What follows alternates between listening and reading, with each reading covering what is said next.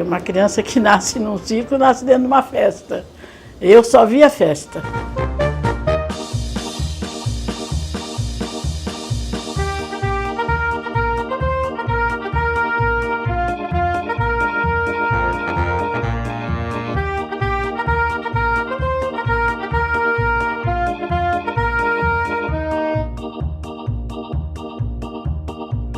O meu primeiro contato com o circo é quando eu nasci, né?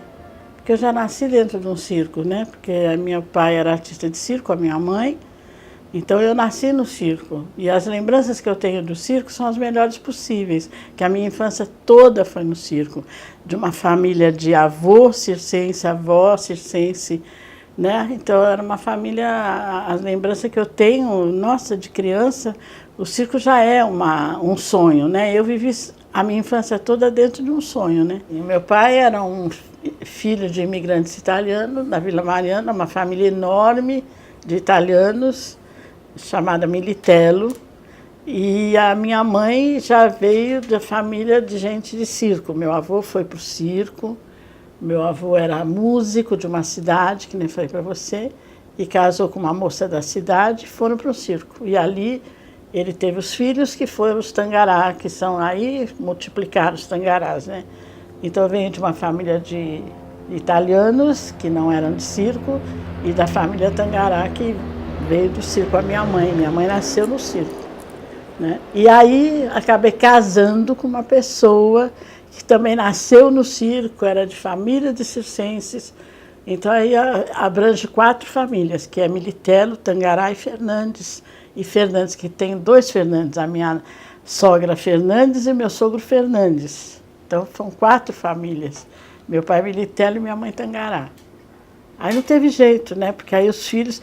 Tem um filho que gosta muito de circo, que é o Alberto, faz palhaço, é ator, já fez televisão, cinema também, mas gosta do circo. Esse saiu da televisão para o circo. O meu marido saiu do circo para a televisão, porque na época que ele saiu do circo, ele achava que ele era jovem, queria cursar outros caminhos, outros rumos, porque o circo estava perdendo o espaço para a televisão e para o cinema e para o teatro, então ele sai. Agora o meu filho não, meu filho sai do teatro, da televisão e vai para o circo, e ficou no circo até hoje. Aí é diferente o caminho, né? Eu vou no circo e fico encantada. Eu acho que esse encantamento do circo, que hoje em dia as pessoas até brigam, porque falam, o circo está acabando, não tem mais circo, não pode ter circo. Eu acho que o circo não acaba nunca, porque a criança é o sonho, é a fantasia, e o circo vai ser sempre isso, né? Então eu gosto muito, até hoje, de circo. Tanto que o meu filho continuou no circo. A primeira lembrança que me vem não foi do trabalho. Trabalho eu tive muitos. Trabalho eu tive muita coisa bonita no circo, muitos momentos maravilhosos que eu vivi e que eu assisti e que eu vi grandes artistas do picadeiro. Eu mesma entrando no picadeiro e fazendo o meu númerozinho lá de cários e saltando, eu me achava o máximo. Mas o que me encanta, o que me encantou nos últimos anos, que me emocionava, sempre era o trapézio, que eu era doida para ver o trapezista voando. Quando eu vi os meus tios voando, um para o braço do outro lá, eu achava aquilo o máximo, me encantava ver eles voarem, porque eles voavam mesmo, né? E uma figura que até hoje eu falo do picadeiro que eu fui assistir e que me marcou muito no picadeiro, era o seu Orlando Orfei, que era um homem no picadeiro maravilhoso, que ele entrava com aquele monte de leão na jaula e eu ficava morrendo de medo dos leões que ele domava tão bem. Então isso me marca muito até hoje. Eu vejo o seu Orlando, ele era uma figura maravilhosa, era um monstro no picadeiro, e ele entrava naquela jaula cheia de leão, né? Então me marcou muito na minha época de jovem, né? O Orlando Orfei, gostava muito de ver ele trabalhar. E a minha lembrança, que eu ia dizer para você, embora eu tenha essa do espetáculo, a lembrança que mais, assim, me dá uma certa melancolia, e ali eu vejo toda a dificuldade que a minha mãe, de certo, tinha e que não passava para a gente, foi uma mudança do pavilhão, do circo, e eu me vejo, assim, num terreno, sem nada, e eu, a minha mãe e a minha irmã deitada assim no meio do terreno com a mudança do circo, e não tinha nada. Para nós deitados e o céu com as estrelas, assim, não tinha nem barraca, porque não tinha chegado ainda a mudança. E eu me vejo pequena, e isso nunca saiu da minha cabeça. Foi a única vez que eu senti a dificuldade que nós estávamos passando, mas que eu não entendia direito, eu era muito pequena. Mas eu lembro da mamãe abraçada comigo, com a minha irmã, deitadinha assim, aquele monte de coisa de circo, bancada, o mastro, a lona, e nós sem nada em cima da cabeça, não tinha barraca, não tinha montado, e a gente ia dormir ali mesmo. Então essa lembrança me choca um pouco quando eu lembro do circo, da dificuldade que nós passávamos no circo. Essa foi o que marcou muito. Eu era muito pequena, mas eu lembro. E uma coisa que me aconteceu no circo, de marcar de criança, o papai fez o circo virou teatro, pavilhão, né? Virou pavilhão, era palco. E ele trazia os artistas que estavam sendo famosos na época, já os violeiros que cantavam, o Tunique Tinoco e papapá. E trouxe o Luiz Gonzaga. Foi trabalhar no pavilhão do meu pai. Nossa, ficava lotado, tinha 2, 3 sessões. E eu era criança pequena. E eu tinha ganho da minha madrinha um anelzinho de ouro de rubi. Era o primeiro anel de ouro da minha vida. Ganhei. E um pouquinho antes do espetáculo, eu perdi o anel.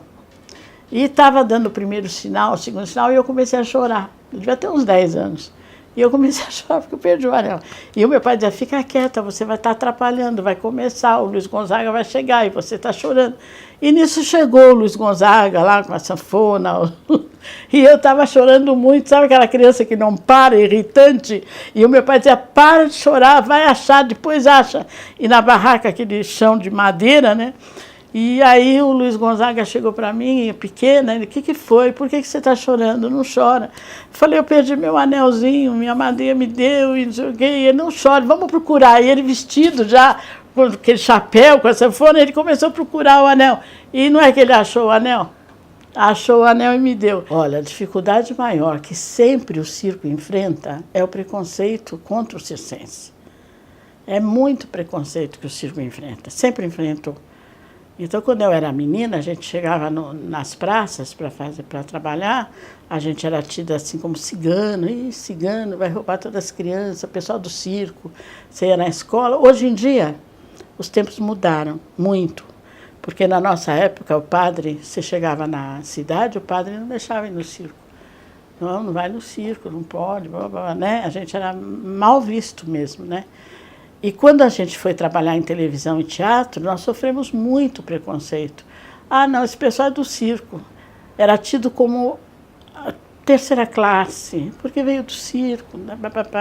Hoje em dia é bonito falar, porque hoje em dia abriram as academias, as escolas de circo, os artistas de televisão começaram a fazer circo para poder ter agilidade no teatro, então eles começaram a valorizar.